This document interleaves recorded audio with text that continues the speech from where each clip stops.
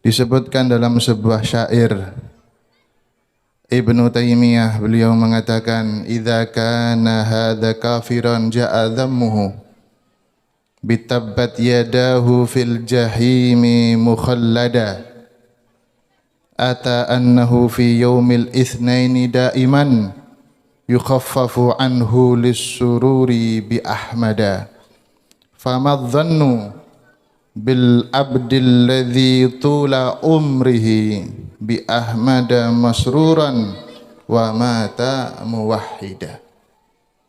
Di dalam syair tadi itu disebutkan, jika orang ini, yaitu orang kafir, yang dimaksud adalah Abu Lahab, jika Abu Lahab telah disebutkan di dalam Al-Quran tentang meruginya dia nanti di hadapan Allah, disebutkan dalam Al-Quran tabbat yadah, yang akan dikekalkan di nerakanya Allah Subhanahu wa ta'ala. Kemudian datang sebuah riwayat yaitu Sayyidina Abbas bin Abdul Muttalib, beliau mimpi melihat Abu Lahab. Kemudian Abbas tadi itu bertanya kepada Abu Lahab, "Bagaimana keadaan kamu wahai Abu Lahab?" Abu Lahab menjawab, "Fi aswa'i halin." Aku berada di sebuah keadaan yang sangat jelek. Kecuali, kata Abu Lahab, kecuali di setiap hari Senin aku tadi itu bisa mengecap sedikit air yang keluar dari jari-jariku. Karena aku ketika itu menunjuk dengan jariku kepada budakku yang bernama Suwaibah, "Anti hurrun, kamu sekarang tadi itu telah merdeka." Karena aku gembira, Suwaibah tadi itu memberi kabar kepadaku dilahirkannya Nabi Muhammad sallallahu alaihi wasallam. Ketika itu Abu Lahab itu dikabari di hari Senin tanggal 12 Rabiul Awal, ba'dal fajr, setelah fajar, dikabari oleh salah satu budaknya yang bernama Suwaibah. Dikabari bahwasanya Abu Lahab itu punya keponakan baru, laki-laki yang ganteng, Masya Allah. Karena bahagia Abu Lahab mendengarnya, kebetulan itu adalah Nabi Muhammad. Abu Lahab menunjuk kepada Suwaibah, "Kamu merdeka sekarang." Karena bahagia mendengar Nabi Muhammad sallallahu alaihi wasallam lahir. Karena bahagia, akhirnya Suwaibah dimerdekakan oleh Abu Lahab. Nah, gara-gara merdekanya Suwaibah tadi itu, gara-gara Abu Lahab bahagia, kata Abu Lahab, "Saya setiap hari Senin bisa sedikit minum dari air yang keluar di antara jari-jariku ini yang menunjuk Suwaibah merdeka." Kemudian beliau mengatakan, "Bagaimana anggapan kalian tentang seseorang hamba Allah yang sepanjang umurnya, sepanjang malamnya, kalau kita ini Maulid Arba'in, sepanjang 40 malam, atau sepanjang hidupnya, jangan 40 malam saja, seterusnya tula umrihi, selamanya. Bagaimana anggapan kalian jika ada seorang hamba sepanjang umurnya itu berbahagia dengan Nabi kita Nabi Muhammad sallallahu alaihi wasallam, kemudian mati meninggal dunia dalam keadaan beriman kepada Allah Subhanahu wa taala." Kalau Abu Lahab yang tidak beriman kepada Allah, yang kufur kepada Allah, yang telah ditetapkan di dalam Al-Quran masuk ke neraka Allah selama-lamanya, itu masih diringankan azabnya di setiap hari Senin, karena sebab berbahagia dilahirkan keponakan yaitu Nabi Muhammad sallallahu alaihi wasallam. Bagaimana dengan penduduk kota Balikpapan? Bagaimana dengan hadirin jamaah yang hadir di malam hari ini yang berbahagia sebab dilahirkannya Nabi Muhammad sallallahu alaihi wasallam? Bagaimana dengan umat muslimin? Bagaimana dengan umatnya Nabi Muhammad sallallahu alaihi wasallam yang mana mereka tadi itu sangat-sangat berbahagia, bersyukur kepada Allah telah dilahirkan Nabi Muhammad sallallahu alaihi wasallam? Bukankah mereka akan dilindungi dari api neraka? Bukankah mereka tadi itu akan diselamatkan oleh Allah Subhanahu wa taala dan ditempatkan di surganya Allah, Jannatul Firdausil A'la, karena sebab berbahagia dengan Nabi Muhammad sallallahu alaihi wasallam. Allah Subhanahu wa taala berfirman, "Qul wa bi fadlillahi wa bi rahmatihi fabidzalika falyafrahu." Diriwayatkan oleh Al-Imam Suyuti di dalam kitabnya Ad-Durrul Mansur, arti makna daripada fadlullah, arti daripada makna wa rahmatullah itu adalah Nabi kita Nabi Muhammad sallallahu alaihi wasallam. Bagaimana tidak, beliau sallallahu alaihi wasallam pernah bersabda, "Innama ana rahmatun muhdah." Hanya saja aku ini adalah rahmat yang diturunkan oleh Allah Subhanahu wa taala yang dihadiahkan kepada umat manusia. Yang dihadiahkan kepada umat manusia. Di dalam ayat yang lain, wa'lamu anna fikum Rasulullah. Ketahuilah wahai hadirin, ketahuilah wahai umat manusia, wabil khusus ketahuilah wahai umatnya Nabi Muhammad sallallahu alaihi wasallam, anna fikum Rasulullah. Sesungguhnya di antara kalian, sesungguhnya kalian tadi itu diberi Nabi Muhammad sallallahu alaihi wasallam muhdah, dihadiahkan kepada kalian. Siapa yang selamat? Yang menerima hadiah.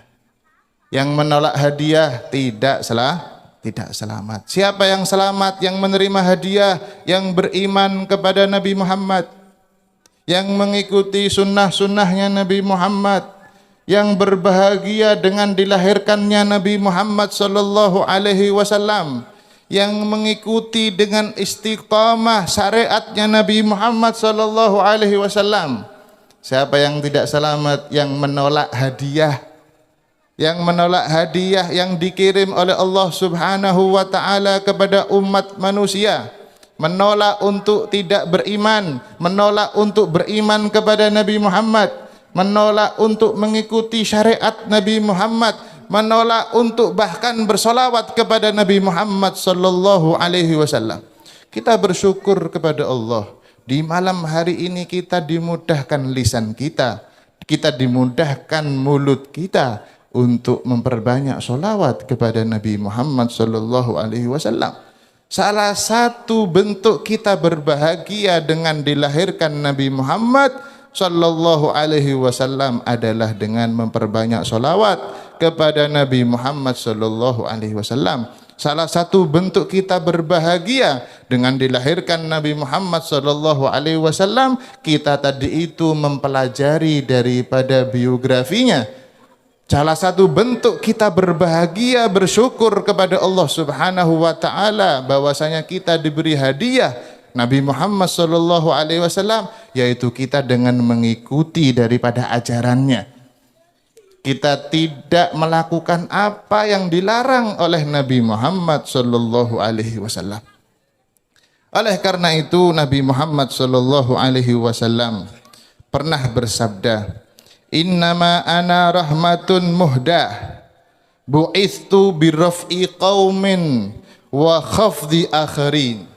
Hanya saja aku ini adalah diutus oleh Allah Subhanahu wa taala sebagai rahmat yang Allah hadiahkan kepada umat manusia. Bu'ithu birraf'i qaumin, aku ini diutus untuk mengangkat sebuah kaum. Siapa kaum yang diangkat derajatnya oleh Nabi Muhammad sallallahu alaihi wasallam? Yaitu mereka adalah orang-orang yang beriman kepada Nabi Muhammad. Mereka itu adalah orang-orang yang cinta kepada Nabi Muhammad.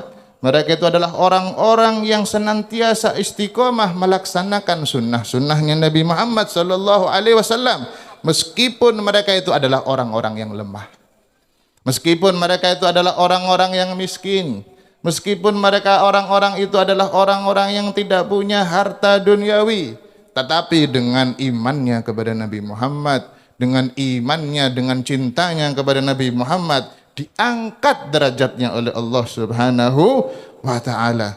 Wa khafdi akharin, dan aku ini diutus oleh Allah Subhanahu wa taala untuk menjatuhkan, untuk merendahkan daripada kaum lainnya. Siapa mereka yang dijatuhkan? Siapa mereka yang direndahkan? Mereka itu adalah orang-orang yang tidak mau dengan Nabi Muhammad sallallahu alaihi wasallam. Mereka itu adalah orang-orang yang punya rasa sombong di dalam hatinya untuk menghidupkan sunnah-sunnahnya Nabi Muhammad sallallahu alaihi wasallam. Mereka itu adalah orang-orang yang tidak mau melaksanakan daripada petunjuk-petunjuk Nabi Muhammad sallallahu alaihi wasallam. Oleh karena itu, wahai hadirin yang dirahmati oleh Allah Subhanahu wa taala, mari kita terima hadiah tersebut. Para ulama mengatakan hadiah tersebut itu ibaratnya sebuah mata air. Sebuah mata air, katanya para ulama, mata air tadi itu intafa'a qaumun wa ahmala qaumun. Mata air itu ada yang mengambil manfaat daripada mata air. Kalau ada orang tahu ada di situ mata air, diambil, diminum, ya, untuk kebutuhan setiap harinya, untuk kehidupannya. Ada orang tahu satunya, tahu kalau di situ ada mata air, tapi tidak mau mengambilnya. Bagi yang mau mengambilnya, maka dia akan bermanfaat untuk kehidupannya. Bagi yang tidak mau mengambilnya, maka dia akan kehausan, bahkan mati dalam keadaan kehausan. Ibarat kita tadi itu, kalau kita ngikuti Nabi Muhammad, kalau kita itu cinta kepada Nabi Muhammad, kalau kita itu mengikuti syariat Nabi Muhammad, kita akan hidup, kita akan sehat, kita akan selamat di dunia sampai di akhirat. Jika kita tidak mengambil itu mata air, kita tidak melaksanakan sunnah-sunnah Nabi Muhammad, kita akan mati kehausan. Kita akan sengsara hidupnya. Di dunia sengsara, apalagi nanti di akhirat Allah Subhanahu wa ta'ala. Oleh karena itu, ma'asyiral hadirin yang dirahmati oleh Allah Subhanahu wa ta'ala, mari kita bersyukur. Mari kita berbahagia dengan rahmat yang Allah turunkan kepada kita. Kita tadi itu diperintahkan oleh Allah, fabidzalika falyafrahu. Maka dengan fadl, maka dengan rahmat yang Allah turunkan kepada kita, hendaklah kita tadi itu berbahagia.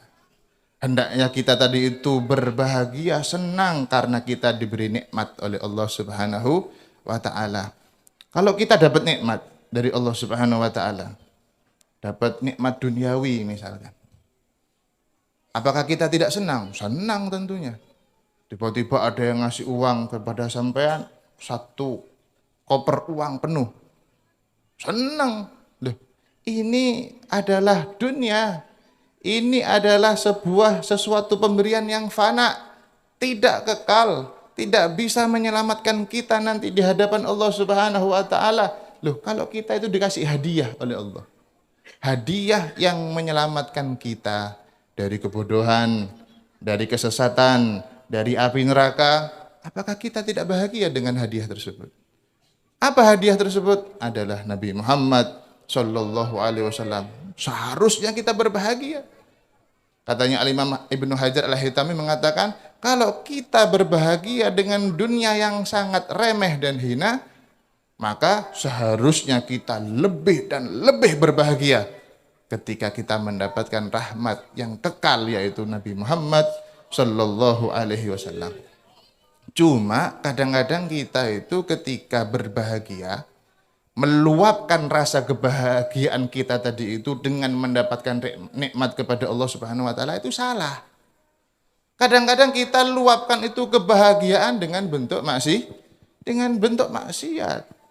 Oleh karena itu para ulama itu menyebutkan, ibarat kita itu kalau bersyukur kepada Allah dengan pemberian yang Allah berikan kepada kita, itu ibaratnya qaidul maujud wa jalbil mafqud. Ibaratnya itu kita yang ada, nikmat yang ada itu kita ikat rapat-rapat. Dan kalau kita bersyukur, maka yang belum ada itu akan datang kepada kita. Kalau kita bersyukur dengan wujudnya Nabi Muhammad, dengan kita dijadikan umatnya Nabi Muhammad SAW, maka nikmat-nikmat yang lain itu akan diikat oleh Allah Subhanahu Wa Taala, tidak akan dilepas dari sampean.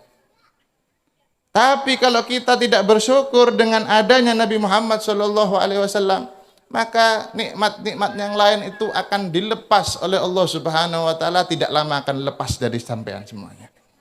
Na'udzubillah tsumma na'udzubillah. Oleh karena itu, luapan rasa bahagia harus sesuai apa yang dicintai oleh Nabi Muhammad sallallahu alaihi wasallam. Kira-kira apa luapan bahagia kita untuk menunjukkan rasa cinta kita kepada Nabi Muhammad? Yaitu dengan memperbanyak sholawat. Ya, untung sampean ini semua bisa menghadiri majelis seperti ini. Bisa menghadiri majelis Maulid Nabi Muhammad sallallahu alaihi wasallam yang kita tadi itu disibukkan dengan lantunan qasidah untuk bersolawat kepada Nabi Muhammad, untuk berdoa kepada Allah Subhanahu wa taala. Kapan lagi kita punya bisa waktu yang begitu indah seperti ini? Coba kita perhatikan. Kita pulang ke rumah, apa yang kita lakukan? Apa yang kita lakukan? Bersolawat. Apa kita akan menghabiskan episode sinetron? Ada Turki, ada Korea, belum, masih banyak itu. Kapan kita akan menyisakan waktu, meluangkan waktu untuk fokus kepada Nabi Muhammad kecuali di majelis seperti ini? Kapan kita punya waktu? Tidak punya. Hidup kita di rumah itu kalau tidak HP, televisi, ngobrol, ghibah dan lain sebagainya. Begitu kita masuk ke majelis seperti ini, yang kita fokuskan hanya Nabi Muhammad SAW. Oleh karena itu kalau sudah di majelis, kalau sudah di tempat maulid, ya jangan Instagram itu stop dulu. Nah kalau sudah di majelis Instagram, di rumah Instagram, mau tidur Instagram, bangun tidur Instagram. Inna hayati wa mamati Instagram, katanya dia. Kehidupanku dan matiku adalah demi konten, demi status, demi yang lainnya sebagai itu. Sudah cukup. Begitu kita masuk ke majelis yang seperti ini, sudah. Fokuskan waktu kita, luangkan waktu kita untuk Nabi Muhammad sallallahu alaihi wasallam. Mudah-mudahan dengan keberkahan waktu yang kita peroleh di saat seperti ini, waktu-waktu kita yang lainnya ikut menjadi barokah, sehingga yang tidak bermanfaat tadi itu kita tinggalkan. Kita tambahi porsi kita kepada Nabi Muhammad SAW. Kita tambahi sholawat kita kepada Nabi Muhammad SAW. Pulang dari majelis ini, kalau memang kita mendapatkan barokah dari Nabi Muhammad SAW, ke rumah menjadi lebih baik. Ke rumah bawa oleh-oleh untuk keluarga, untuk anak. Nah, ini adalah oleh-oleh dari majelis. Apa itu? Rasa cinta yang luar biasa kepada Nabi Muhammad sallallahu alaihi wasallam. Oleh karena itu, kita harus benar-benar bersyukur kepada Allah Subhanahu wa taala dengan dianugerahkan Nabi kita Nabi Muhammad sallallahu alaihi wasallam. Kalau bukan karena Nabi Muhammad, kita akan tetap berada di dunia jahiliyah. Seperti yang kita saksikan tadi, ada bentuk tasmiyah. Di situ disebutkan dalam sebuah riwayat, kunna fil jahiliyati nulattikhu ra'sa sabiyina bidamil aqiqah. Kita itu dulu, katanya para sahabat ini, kita itu dulu di zaman jahiliyah, kalau ada anak yang lahir, kita lumuri kepala anak kita tadi itu dengan darah aqiqah. Jadi ada sembelihan, kambing disembelih. Ketika ada anak itu lahir, kambing disembelih, darahnya disimpan, kemudian dilumuri itu kepala anaknya dengan darah akikah. Itu adalah jahiliyah. Bagaimana dirubah sama Nabi Muhammad SAW?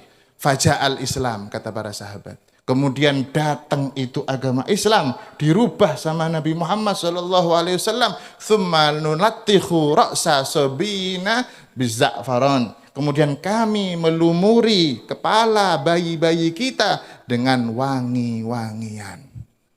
Jadi yang kembang tadi itu, bunga tadi itu bukan ajarannya siapa, itu ajarannya Nabi Muhammad sallallahu alaihi wasallam. Dilumuri, dikasih wangi-wangian kepalanya tadi itu sudah ada di zamannya sahabat sallallahu alaihi wasallam. Siapa yang mengajarkan itu semua? Siapa yang mengentas, siapa yang menyelamatkan diri kita dari kebodohan jahiliyah kecuali syariatnya Nabi Muhammad sallallahu alaihi wasallam. Oleh karena itu tidak ada nasihat, tidak ada hukum, tidak ada petunjuk yang lebih bagus dan menyelamatkan diri kita melebihi daripada petunjuk Nabi Muhammad SAW. Kalau kita sudah menggunakan petunjuk yang lain, kalau kita sudah memakai hukum yang lain, bukan hukumnya Nabi Muhammad, bukan petunjuknya Nabi Muhammad, kita akan kembali ke zaman jahiliyah. Kita akan kembali ke zaman jahiliyah. Kita tidak akan selamat kalau kita tidak selama itu tidak mengikuti ajaran Nabi Muhammad sallallahu alaihi wasallam. Kita tidak akan kembali selamat kalau kita tidak mengikuti ajaran Nabi Muhammad sallallahu alaihi wasallam. Mudah-mudahan kita mendapatkan barokah semuanya, mendapatkan rahmat semuanya, dikabulkan hajat semuanya. Amin amin ya rabbal alamin. Sallallahu wasallam ala sayyidina Muhammadin wa ala alihi wasallam walhamdulillahi rabbil alamin. Summa assalamu alaikum warahmatullahi wabarakatuh.